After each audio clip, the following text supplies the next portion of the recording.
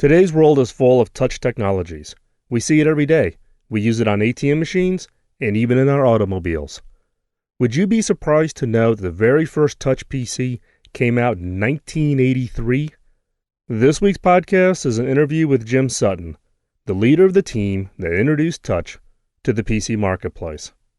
Enjoy. This is the Killer Innovations Podcast with Phil McKinney. Keep in mind that the information and opinions expressed in this podcast are Phil's, and Phil's alone, and they don't necessarily reflect those of his past, current, or future employers. Now, here's Phil McKinney. One of the things at HP is we've been focusing a lot most recently on touch, but a lot of people only assume that HP's been working on touch in a fairly recent time frame. Everybody thinks it's new ever since the iPhone came out and other kinds of touch applications. And what a lot of people don't recognize or don't appreciate was really the history of HP and how HP originally got as part of touch. So Jim, you were involved in the original HP 150 work, which is kind of the iconic PC that really brought touch into the market, but that product came out in 1983. So give me a little bit of background of how you got involved on the HP 150 project and what was your thinking behind the whole touch technology on the 150? I had joined HP 2 or 3 years before that and was working on small business systems. And in one of HP's perpetual moves, they decided for whatever reasons that small business system deserved to be in Roseville. So the whole system, the whole group picked up and moved to Roseville, except mostly not the people, of course. So the responsibility for the product moved to Roseville. And at that same point in time, we had been doing some looking at PCs. The old 8080 chips were out before that, and HP actually had a 125 and some other PCs that were based on that architecture. So we kind of picked our group up and picked up a few other people and moved across the courtyard here in Cupertino and set up working on what was originally not going to be a touchscreen PC. And so it was really going to be based on this kind of the same technology as the HP 125, but with the guts pulled out and replaced by an 8086 and 16-bit operating systems and all those exotic things of the time. So was the original plan, was it a DOS machine? Was the 150 a DOS machine? No, it was going to be MS-DOS. Right. There were rumors at the time in the market about IBM, moving forward with a PC. And so, of course, everyone said, well, there'll be the elephant in the room with which we need to deal. And so we were trying to kind of keep one eye on what IBM was doing and also be creative and innovative with respect to what we were doing and so on. And we arrived at the conclusion that IBM would more than likely choose MS-DOS and that it was probably the better operating system. So we had made a decision to go with MS-DOS at that point in time. In HP's inevitable mechanism was there were kind of classic power struggles between the divisions or among the divisions as to who would own what set of technology. So at the time, Data Terminals division, which was a different division, had been working on the touch technology to apply to terminals. So like VT100 compatible terminals type of things, or terminals going onto the old HP? The old HP proprietary terminal model. Mm-hmm. And so a struggle happened somewhere else in HP that was far above at the time I think I was a project manager. And so we ended up combining those two groups, and so and so we said, well, touchscreen technology's here, so let's go with the touchscreen technology, put it into a PC, went with a smaller form factor, because we'd been working with a large form factor based on the old HP 125 days. And so we went with the smaller form factor that, of course, was much more like the Mac turned out to be. Mm-hmm. And, set off using the touch technology in a general purpose PC. Although there still were struggles at the time, as you might imagine, about whether or not this thing when you turn it on, what should it be? Should it be a PC or should it be an HP proprietary terminal? And so we ended at kind of a compromise on that, but it still had the HP proprietary terminal built into it. So it turned on as a PC. But you could put it into terminal mode if But you wanted. you could put it into terminal mode. And Was that basically to satisfy the internal politics of not wanting to have two different platforms, but the kind of convergence?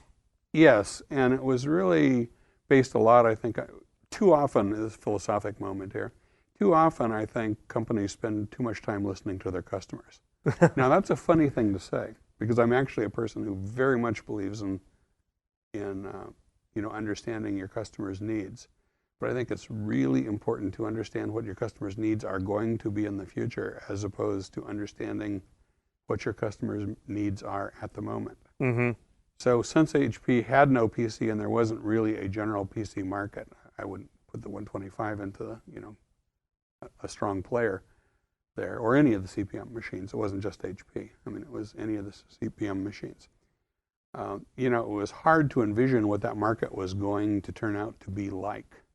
But certainly, I had, for example, a very close relationship with Procter & Gamble over years and years of time. And, certainly if you went to Procter & Gamble, what our sales reps were selling into Procter & Gamble were HP 3000s, HP 3000s, and lots of terminals, okay? And so if you talk to a salesman, their gratification always comes from, what could I sell tomorrow if I had it? And that would be the easiest sale. Right. Okay. And so, of course, it's something that'll connect to an HP 3000 and be an HP terminal to that HP 3000. And so it was, and I'm not blaming HP, or the salesman or anyone. This is true in any company. It's even true today. Nothing's changed. Yeah, I told you a story before we went on tape about the fact that I used to work for IBM Research Labs, and we invented a full color raster graphic kind of standalone computer, a workstation, if you will, back before Sun or any of the other players in that market had done so. And yet we found the barrier there to be kind of the same, which was the sales reps at IBM were used to going out and selling 3270s customers. Right. How do I sell this thing? And so how do I sell this thing? And actually the almost abject terror that it might actually cannibalize 3270 sales. Well, it's always the challenge with a lot of corporations, right, is this fear of cannibalization. But the realization is if you don't cannibalize your own, somebody else is going to cannibalize you for it anyways. So you looked at the touch technology that was over the data terminal side. Your team made the call about MS-DOS as being the operating system for this. So what was the driver for touch from the standpoint? What were the applications going to be on an HP 150 that were going to really drive the use or the benefit of having a touch technology on it? Well, I think when, in data terminals, envisioning of this as a terminal, Mm-hmm. I don't think they thought much about what the technologies would be. I think they thought mostly about the fact that I would essentially have selectable blocks on the screen that I could poke at. So it's kind of, at the time, I don't know if you recall, but HP products tended to have function keys built across the bottom. Mm-hmm. And this was seen as a great innovation at the time, at least within HP. I'm not sure if the rest of the world saw it as a great innovation. But in any case, that allowed you to put up 8 blocks across the bottom, and I could poke at them, were essentially invoking a command of some kind. Right, those were done via simple script, so I was literally, poking the button would invoke some little script that I could have typed in the same way. But in any case, and I think that was probably the vision within data terminals. Again, nothing mean-spirited about them. That was the world that they came from and how they, envisioned the terminals. So when we moved over into what was the data terminals building over on our CAS. And so I think, first of all, I think it was an amazingly creative team, both on the hardware side and on the software side. And one of the things I remember about that period of time was that there were only a few kind of old-time HPers that would go into this business, because it wasn't a comfortable business to be in. Okay, and so we built a team. So you're talking about the PC business? Yeah, not so much the hardware side. Right. Okay, the hardware guys were hardware guys, and I'll go solder something together and it'll work, or put a chip in somewhere. But they were amazingly creative folks that were doing that. And there's a guy named John Lee who was kind of the chief hardware architect on the whole project, was going to have the glue for putting the whole hardware together. And we came in as a team to basically do the software on the thing. And so as a consequence, it became part of our visioning process, if you will, to say, well, what could the touchscreen be used better for than putting 8 function keys on the bottom of the screen, so to speak. And so we went through and we conceived of a whole series of applications, including the little Rolodex thing that you may have been alluding to before, and a whole bunch of other things that would use the touch screen in some way. Now, one of these strange little conflicts that you hear about is we wanted to be very generous with our use of graphics and the hardware on the machine. And we were going like this with the hardware guys who were saying, what if I put that much more memory in it, it'll change the price point. And so, you know, for us it seemed that, and so we talked about when we stored files, that you should automatically be storing them essentially with attributes that would help you in search and retrieval and so on of the files. But that would take too much space on the disk. You know, so we were in this constant conflict. And of course, in retrospect, it made no difference because the price of memory and disks and so on were dropping so fast that it probably would have been a better solution to have gone ahead and done some things that we weren't able to do because we couldn't resolve that conflict in our favor, so to speak. When I say our here, I'm talking about software versus the hardware guys, versus the price point that the sales and marketing team guys had the price point. What did the 150 sell for when it first came out? Oh, gee, I don't remember. I mean, it was fantastically expensive by today's things, but I don't remember the actual price point. I do remember, though, that Bob Puett was the general manager of that division. And so I spent a lot of time on tour with Bob prior to introduction and so on. And kind of we were trying to ramp up a dealer network and as well as direct sales network and so on.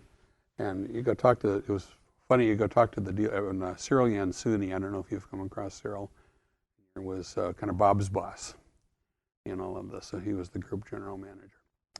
And he was on many of these tours too. The dealers were just wildly excited by this. So, you know, every day at the end of the day, Cyril or Bob would phone back home and say, up the production plans. You know? So the dealers did actually see it as an attractive price point. I mean, there are some other reasons why I think a lot of those predictions didn't turn out to be true, but had to do less with the touchscreen than the fact that at that point in time, the IBM PC had come out and really established itself in the market. And it turned out that compatibility with the IBM PC meant a lot more than having chosen the right operating system. Yeah, well, that's an interesting point because you guys were developing the 150 almost simultaneously with IBM's introduction, and then you also had Apple coming out with the original Mac, kind of in that same time window. So you had kind of this perfect, or you could refer to as the imperfect storm of innovation, all occurring all within kind of an 18-month period between the 150 coming out, the IBM PC coming out, and then Apple coming out with original Mac. And so what you're saying really is this drive towards the being compatible, not just with the operating system, but getting down into the whole BIOS issues and the launch of companies like Compaq, where they reverse engineered the BIOS in order to drive their compatibility to be able to run those applications. Because part of the challenge with the 150, I'm guessing, is you also had to go out and get the ecosystem of application developers to write those applications for touch.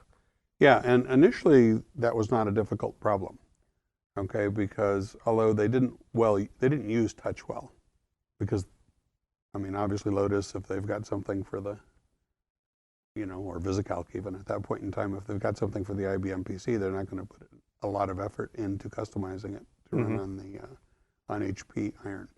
So that was probably part of the genesis of why we decided to put together this kind of core set of, if you will, small applications and try to really be more creative about using touch. So having a Rolodex that you could spin on the screen by touch, or having, the general notion is that you take a 3D object that people would be familiar with in their everyday life, business people would be familiar with, say it's a Rolodex or any other kinds of thing like that.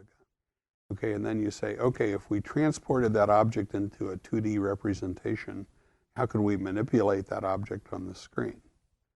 And also, what other than features could we naturally use within it? So, for example, the Rolodex became a mini database system with some of the Right. aspects of what you could do in a database.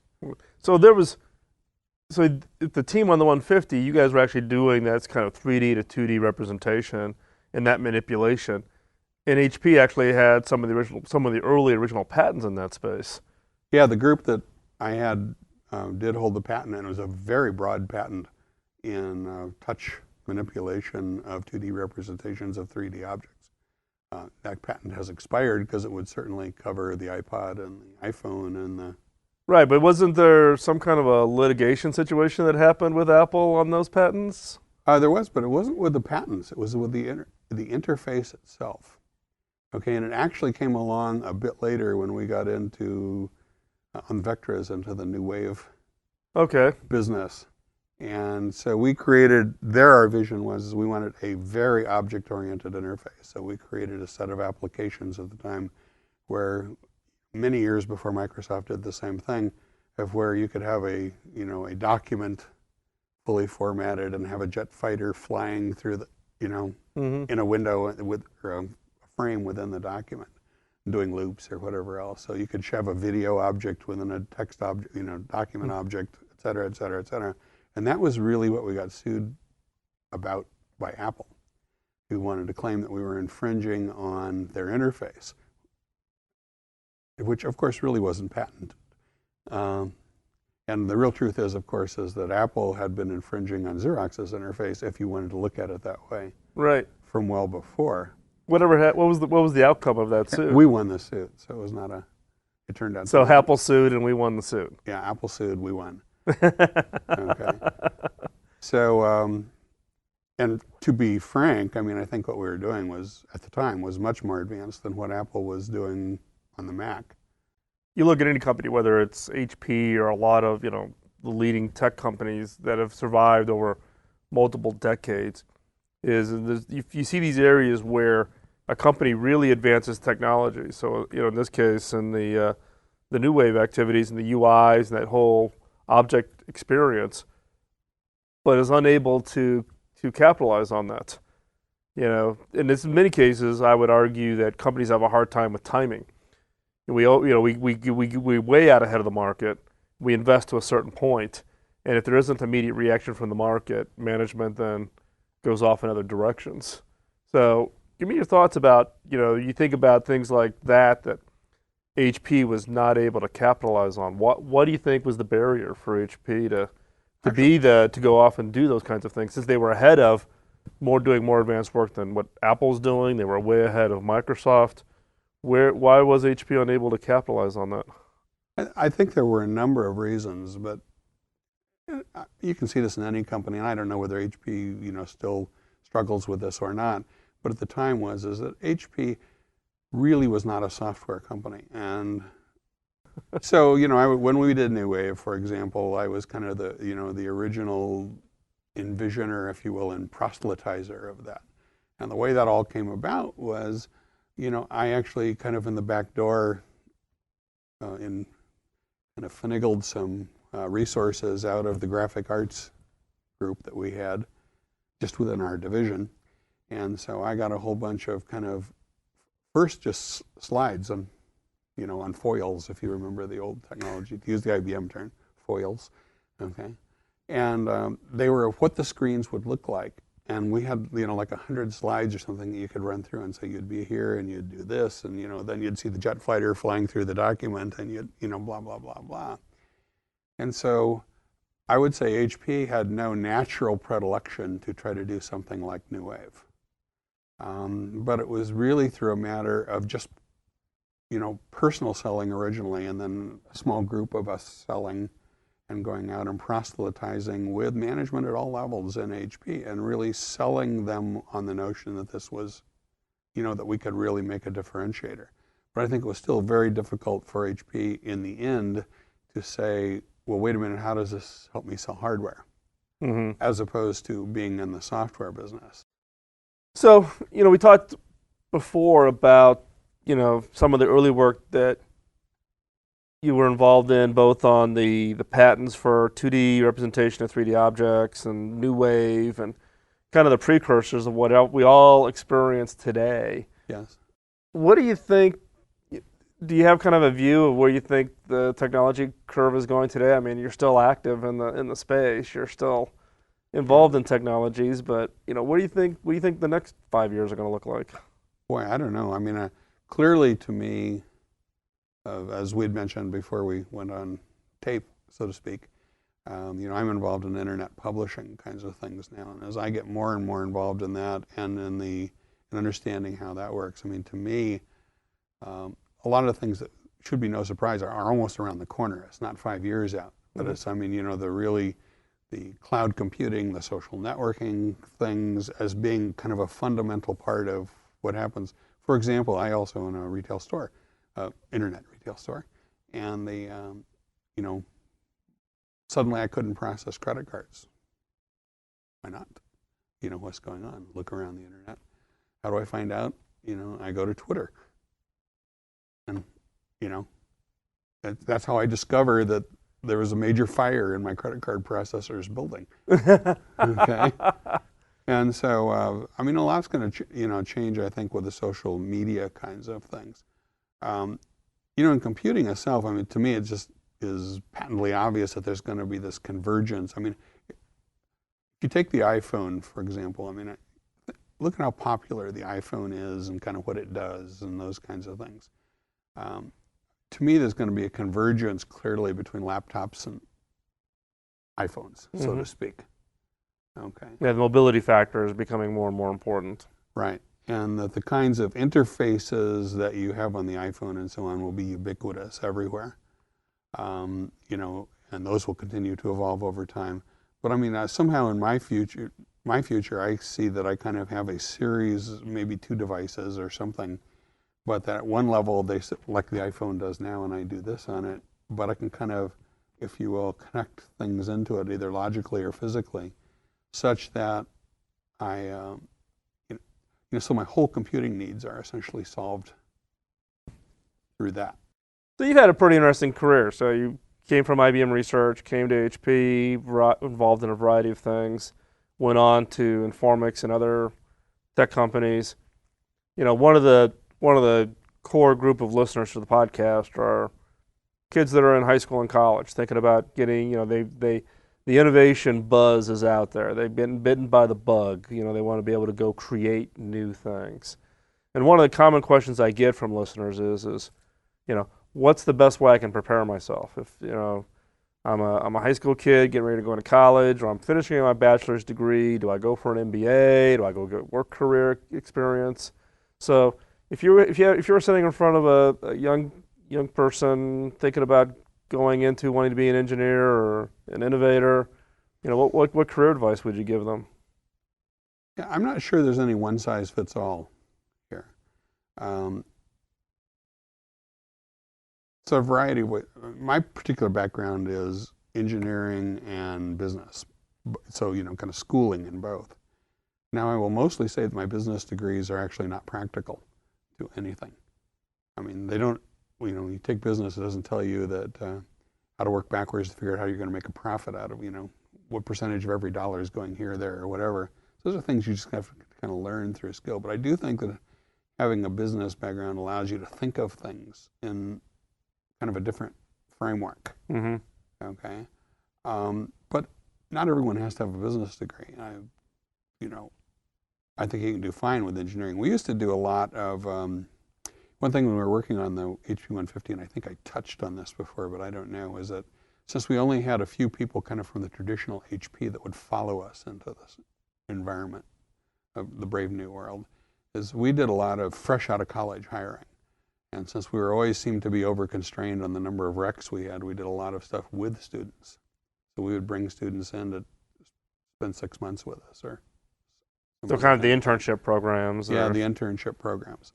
And there's a couple comments to make about that. One is this was an incredibly satisfying and fun time in life, not only for the students, but for everyone involved in the process. I mean, we still get together and drink beer or, do other things from 20 some years later, 25 years later, whatever it is, out of doing this, because it was such a bonding experience, I think, out of the whole thing. But also, and this is one of the things I think is important toward, I don't know if it's still in the HP culture, perhaps it is, it certainly was at the time. Kind of, one embodiment of the HP way is that you gave people massive amounts of responsibility and then held them responsible for what they were doing. So we had, for example, there were kind of low-level and high-level graphics that we had to do on the HP 150. And we just didn't have resources to do those. So we brought 2 students in, and we gave one student the low level and one student the high level, 2 young ladies. And they just did wonderful jobs on them. And, one of them's a general manager or VP or whatever up at Microsoft now. Okay. Out of doing that. So I would think that a lot of the, that those kinds of programs, those interning kinds of programs especially if you can get into a creative group in doing those, are very important to kind of developing how you approach things. And the other thing is just a more general comment when I've used this phrase before, which is, I think you should always be looking at what I'll call and I'm not the inventor of this phrase either, but an imaginative understanding of users' needs. Okay, so what that means is you don't ask them what they want. I mean, you do that. But then after they tell you, you say, well, where is the world going to be a year from now, 2 years, 3 years from now? So what happens if I take these needs and I translate them into that time frame? How will it be different? Mm-hmm. So, all those were important, I think. Common thing we come across with a lot of innovators who have been part of really kind of breakthrough products, something that really was ahead of the marketplace and really kind of showed thought leadership. Is kind of that experience of breaking new ground and the bonds that are created with that team, but also the once you've had the taste of that, when you created that team and you delivered that product, this chase to go do it again. Yes. And to go do it again. Yeah. And the frustration when you don't sometimes repeating it someplace else or even in the same company is very hard to do. So thoughts on that transition once you've done the 150 or New Wave, those kinds of bonding experience. What was some of the impact on you and team members? And certainly, the bonding. I would agree that just being in that kind of environment creates the bonding experience. Assuming you don't blow the team up in the first place. I mean, you can have an unsuccessful team. Mm-hmm. Just for team reasons, independent of what you're working on. But I think in this case that we were all very close. It was, probably 3/4 of the people in the team were 23 or 24 years old. So they were, very young. They, by and large, were not married. So the team almost became their family, because they'd moved from colleges all across the country and so on. I don't think that's a necessary component, but it was certainly a nice component in this, in this sense to bring that together. And I've always I really value that kind of team bonding thing. And I think it goes a long ways toward creativity, because when you give people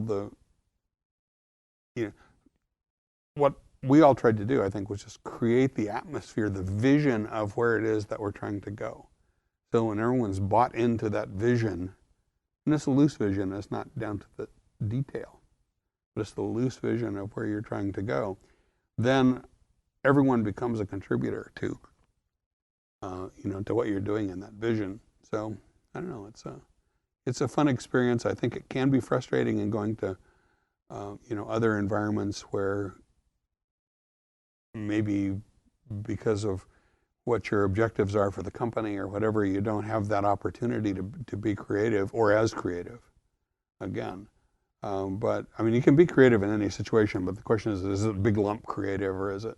Yeah, and I think it's also this issue of, you talk to people who were involved in something, what they classify as pretty significant in their career, mm-hmm. in that really tight team bonding exercise. And then when you talk to them, after they've gone off into other things, the one thing they comment about is kind of almost a longing for that experience to happen, once again. I would say that's true with me too, which is, I've had 2 or 3 of those experiences in my life, and I certainly look back at those as, with very fond memories. Mm-hmm. And even though we were working at that point in time, probably 12 hours a day or more, or 6 days a week or something, but nonetheless, kind of the intensity of the whole situation does create a very satisfying and intense situation.